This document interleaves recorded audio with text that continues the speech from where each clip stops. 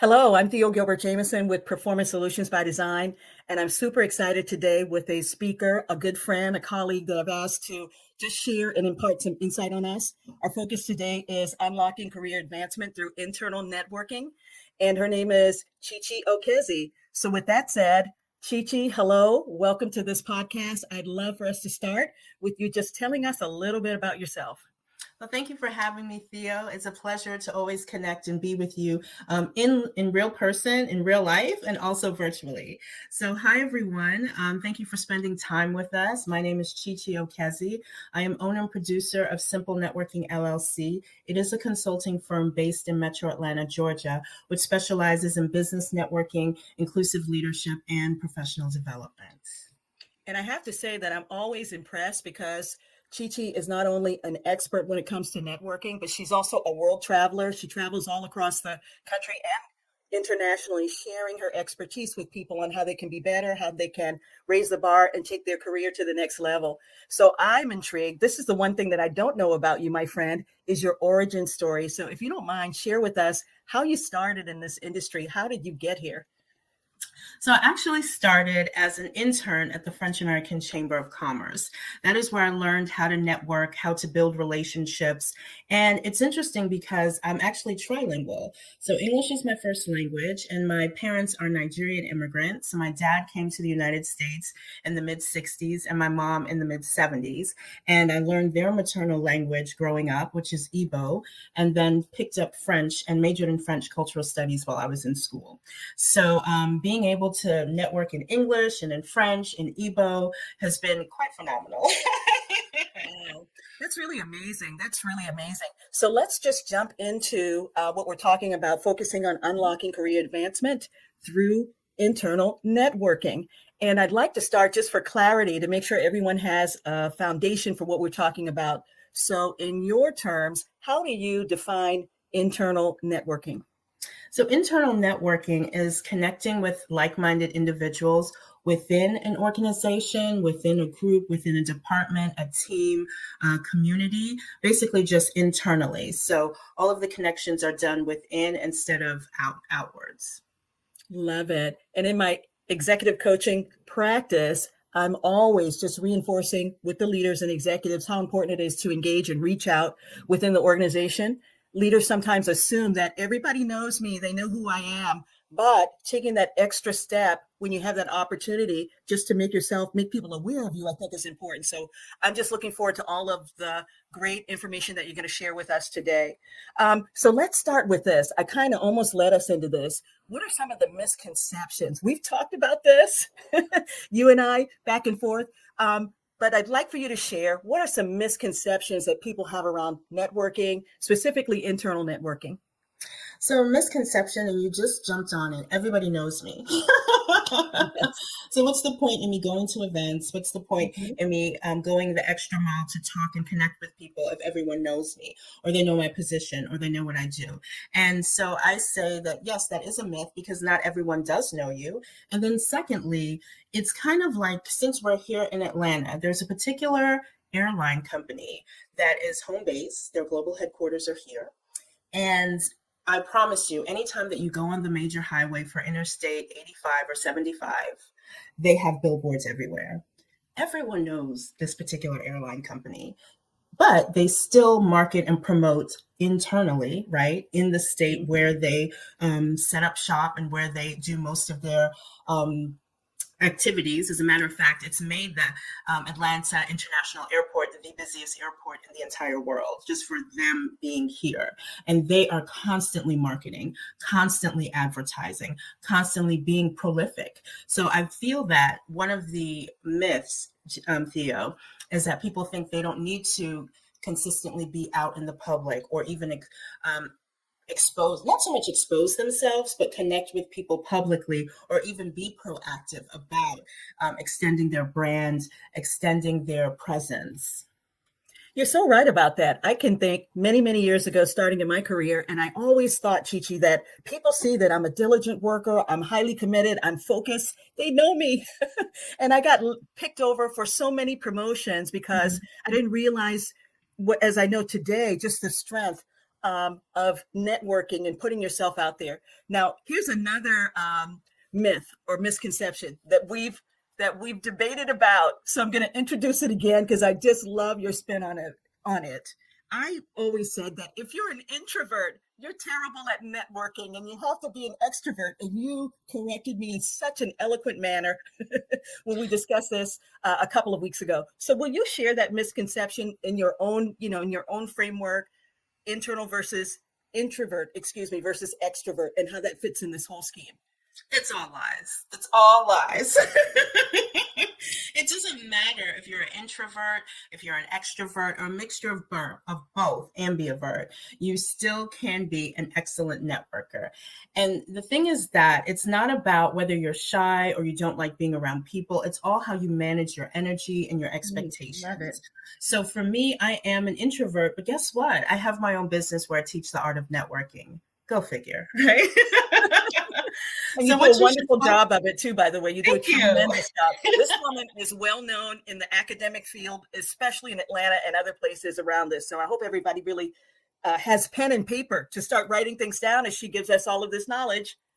No, absolutely. And thank you, Theo. And the thing is that it's not, you shouldn't focus on whether you're an introvert, an extrovert, or ambivert. Ambivert. The importance is how are you presenting yourself? How are you connecting with people?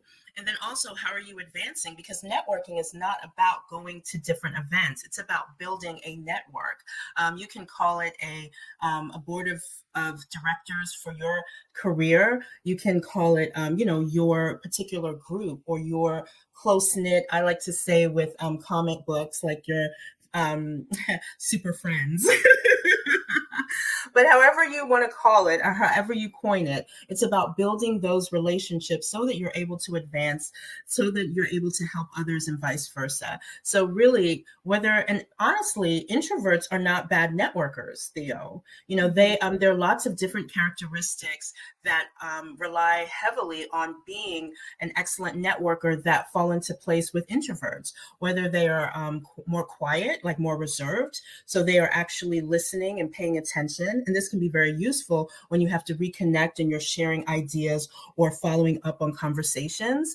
Also, they are more using that, as we call emotional intelligence, but I like to call it networking intelligence, where you're gauging how people are talking, how the conversation is going, and also nonverbal communication. That's really great because as I think back, extroverts probably make the worst. Well, I hate to say that, so I don't want to categorize people. Take that back. I'm sorry, Chi Chi. But what I mean is that people that are overly talkative, overly gregarious, they seem to focus so much on themselves that they sometimes may be missing out on networking opportunities. But I love that my misconception that you helped me to just blow that out of the water, that even introverts are excellent, can be excellent networkers. So thank you so much for that. Now, I'm sure we're going to get back on that again, but I'd like to, before we get into some great tips and best practices and strategies to be better, what are some of the benefits of really focusing on or being intentional about internal networking? What are some of the benefits of that? Well, the benefits, first and foremost, for the employee or for the company is employee engagement. That's first and foremost. You enjoy going to work, you enjoy your activities, and you enjoy your work environment and the people that you work with. The other piece is awareness. When you are internally networking, you're connecting, hopefully, with different departments and different people and learning more about how you all work together to improve the organization or to improve your industry. And the other piece is, even though it's internal networking, how are you branding yourself so that you're showing a positive impact for the community, for the industry, and also other organizations as well? I love that. And when again, I like to sometimes mix in my own personal experiences, but I just think about people that I've networked with that became mentors, role models, and the support that they have been able to provide me just over the years. So like you said, engagement, awareness, branding, and I'll add to that just that extra support that there is someone out there that can be your advocate in helping you to continue to excel within the organization. Now, Yes. here's the, And I oh, will I'm say sorry. this. Oh, no, no, you're fine. I will say that it can be formal or informal, organic, however, whatever structure works for you or is available through your organization. Okay, very good. Now we have to broach the topic of artificial intelligence just because it comes up a lot. So, how can we utilize AI to improve networking? How does it fit in the whole scheme? So there are already platforms that are using AI. So you don't necessarily have to integrate it into your networking practices. I know that, for example, we met through mutual friends, going to events, and also connecting on LinkedIn. So LinkedIn uses AI as well when it comes to searches, connecting you to like-minded people, if you're looking for a particular job or an opportunity and things of that nature. So one of the things in regards to interfacing with AI, especially on different platforms, is to make sure that your profile is complete and up to date. Because excuse me, when you have all of that correct information, it can start to read that and be able to connect you properly. The other thing is that with AI, if you decide to use it, you can use it in a way to help automate some of your networking activities and processes. So, for example, if you decide to connect with someone on LinkedIn, you can include a calendar link, which will automatically, generate your availability instead of you perhaps having to go back and forth with someone, or doing other things that can just streamline your actual activities, because the point is that you want to make yourself available and accessible, as well as, of course, having boundaries and things of that nature. But for example, Theo, we've met at an event and we've connected. I've sent you a LinkedIn invite, and in there includes my Calendly link. So we're able to connect quickly and the process flows, right? As opposed to, I'm going to wait a while, maybe 2 or 3 weeks. You might forget who I am, or there may not be a reason to connect, right? At that point, especially if we can't remember what event we met each other at or who we are, or if we had any similar connections. And then remember, we don't even know the conversation that we had. So true. So true. And you really lead me into my next question. So many things I could ask you. One is, what types of events are optimum or most effective for internal networking? You just talked about how the fact that we met at a conference, plus we've known each other on LinkedIn. Are there any other examples that you can share with people that are opportunities that they may not even be thinking about that you can utilize to do some internal networking? So, of course, you want to be able to attend your weekly events with your team or with your department. But then also, some of the overlooked ones could be like annual or quarterly conferences, as well as volunteer events that are sponsored by the organization. Even though it may be external or external affairs, community affairs, it's still internally networking with your organization, with your coworkers or affiliates. And then also, a lot of people forget to connect with HR. We see HR more on a liability thing, I think, like in case we have to take time off, if we have to, get certain information in regards to work compliances. But HR is also used for talent acquisition and professional development. So also finding out what types of training and development is available that you can participate in with your coworkers or doing internally. I love that. By the way, I was an HR professional. There we I'm go. just joking. I was. But think about this. Coming up in my career, I was extremely introvert, extremely shy, sat at my desk, did my work, and as I told you, assumed that people saw the great things that I was doing. And I'll never forget a colleague of mine and a great friend. We had a leadership program coming up, and I was like, I'm not interested in being a leader. I'm an HR person. I had not made the connection yet. And so I wasn't going to attend. We were doing training on the 7 habits of highly effective people with Stephen Covey many years ago. And I wasn't planning to attend, but my friend just stayed on me, stayed on me, stayed on me, and colleague she was, until I gave up. Okay, I'm going to go. And attending that 3-day session where we had C-level executives with the company that I was working with, senior leaders, we had leaders from some of our other hotels, excuse me.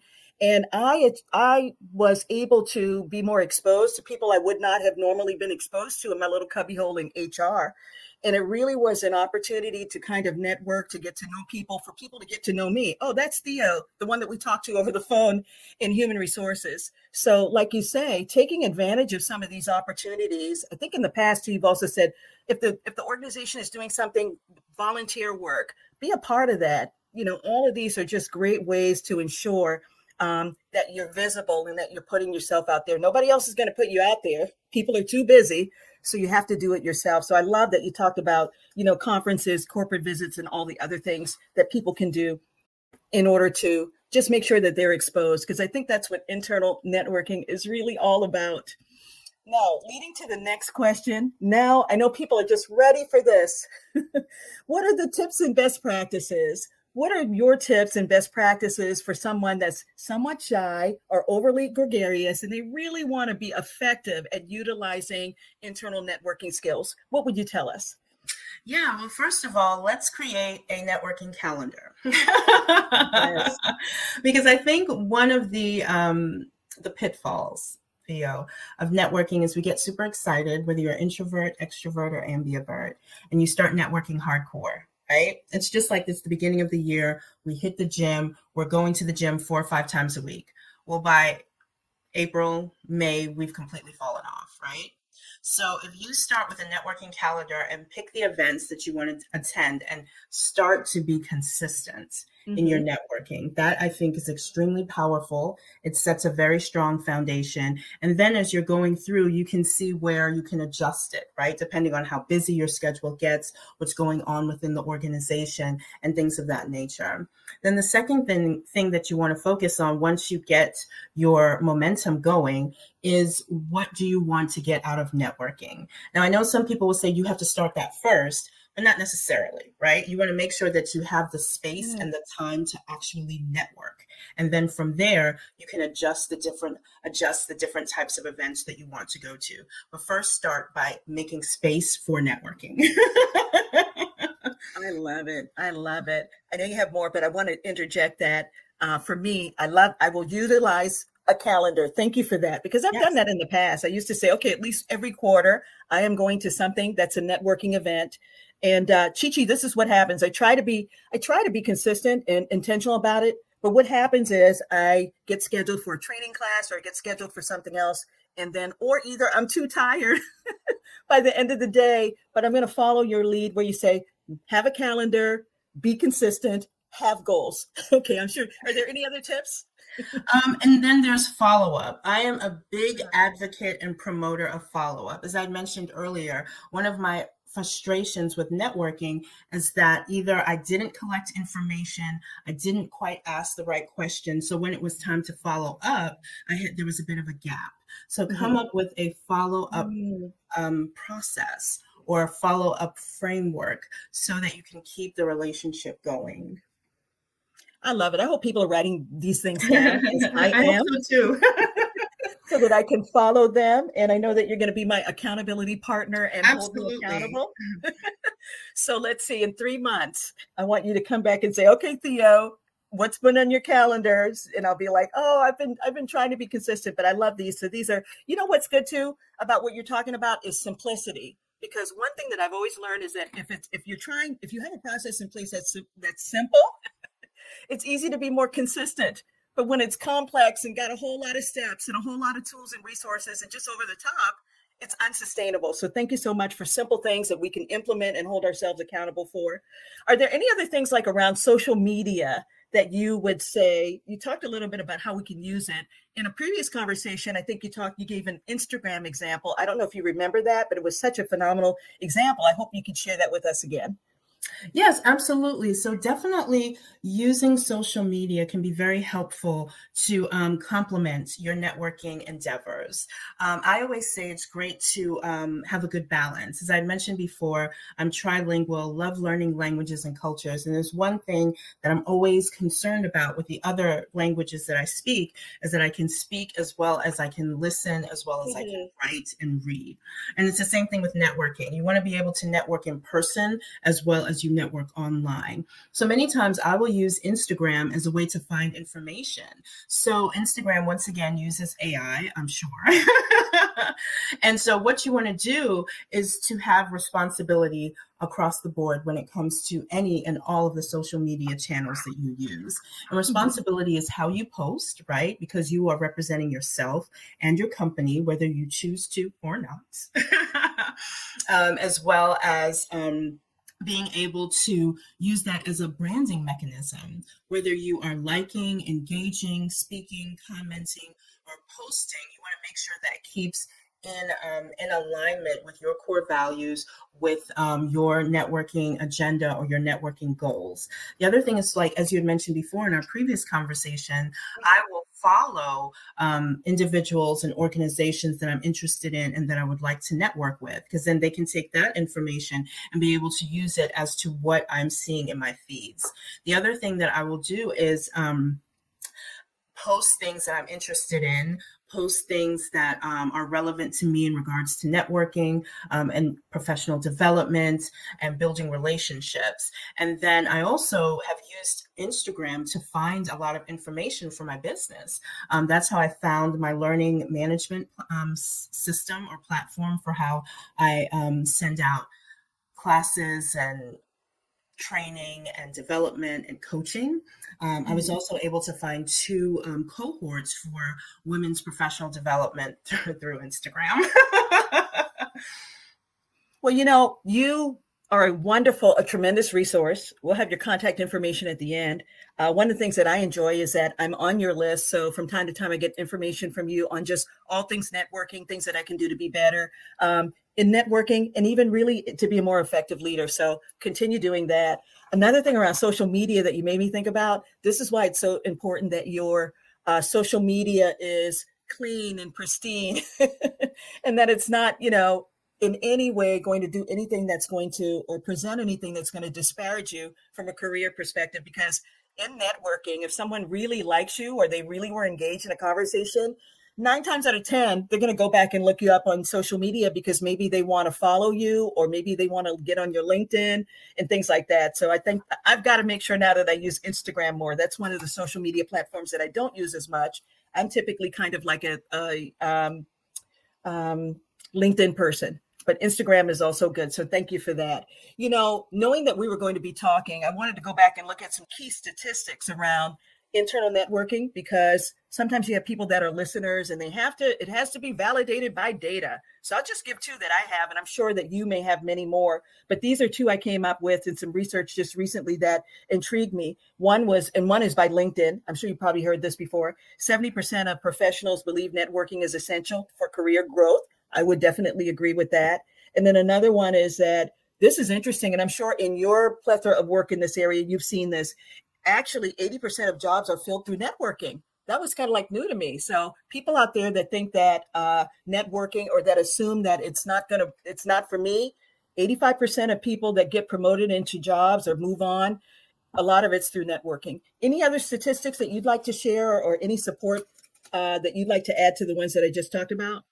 Yeah, there is one that I use. I forgot exactly where I got the credit from, but it said that 90% of professionals find networking useful in regards to professional development, and that networking can actually be a platform for them to expand their brand. Love it. So it's, and I mentioned before, you can use it to increase your brand awareness. It's a branding mechanism. And what's so fascinating about it is because you're able to shape your story or your narrative through networking. Love it. Well, we're going to start to wind down. We covered a lot. We talked about the benefits of internal networking. We talked about the misconceptions. You gave us a wonderful definition so that we don't get fogged up with what it's not. You gave us a couple of tips and best practices. But as we leave, I love the simplicity. I'm a person, again, I can't say it enough, that simplicity in leadership is so important if you want people to be self-accountable and to be consistent. So if you don't mind, just give us a couple of simple do's and don'ts when it comes to internal networking. Yeah, so we had mentioned before is that we want to make sure that we are consistent, right? The other thing is that another do for internal networking is that you want to have those goals in place and reach out to your HR or to even your manager and have them work with you in order to kind of help you organize your networking calendar. A don't, of course, is to think that networking is just for one particular thing. Like Yes. I'm only just going to network so I can get from point A to point B, and then that's it. Hmm. Because that totally defeats the purpose of being consistent. So you Hmm. want to make sure that it is a career lifestyle. It's a part of your development and your growth, your transformation, your evolution, whatever you want to call it, because I know of dear friends, fellow alums who are retired, who are happily retired and still network. I love it. I love it. And think about this. This is another don't that I want to add. Don't be overbearing. Have you ever been in the networking, Oh, somebody comes up, they meet you, you can tell that they've been waiting to meet you. And then they like overbearing, over talking. It's like, calm down. in regards to actual networking conversations and events, I Hmm. will say some do's and don'ts. Do arrive early, do have Hmm. an elevator pitch, do have a Ah, follow up method, and do yes. not dominate a conversation. Do not interrupt. Hey, do not interrupt a conversation. Love it. Love it. And do Love not it. forget to follow up. Love it, love it, love it. All right. So many good tools and best practices in under 30 minutes. I can't believe it. A lot of good things that you're going to be my accountability partner to make sure that I'm doing a lot of these things. And as we begin to close, because we're going to wrap up now, I'm sure you've intrigued a lot of people. I'm going to have everyone that's a part of my executive coaching program watch this. And we'll have your contact information at the end. But are there any projects or any events that you have coming up that you're super excited about that you'd like to share with the audience? Yes, so I am working on my online courses. So it's not really necessarily a particular event, but you can go on to my online courses and pick different ones. They're self-paced. They have a few videos in there, some downloads, some networking tips, checklists, and when you're done, you get a certificate of completion. I love it. And I went on your website again today. So much good stuff. So I definitely advise people to do that. Even if you're a good networker, Chi Chi has a lot of great tools, best practices, tips, resources that will make you even better. And as far as I'm concerned, I have my executive forum. We do it once a year. It's coming up in June. And that is also an opportunity for corporate leaders, C-level executives, entrepreneurs, community leaders, and so on to get together to network, exchange ideas, and just to really have a good time together, talking about challenges that we're facing and how we're overcoming them. And based on our last or initial executive forum that we did last year, everybody's still been networking and reconnecting with each other. So I've got that coming up. There'll be a lot more on that. Chi Chi, thank you so much. It has been a pleasure. You giving us this opportunity to hear your knowledge, your in-depth knowledge. We could have probably talked another hour around internal networking, and maybe we will do that again in the future. So there you have it. Great tips and best practices to help you elevate your networking game and your professional career. Thanks so much for spending time with us, and have a wonderful day.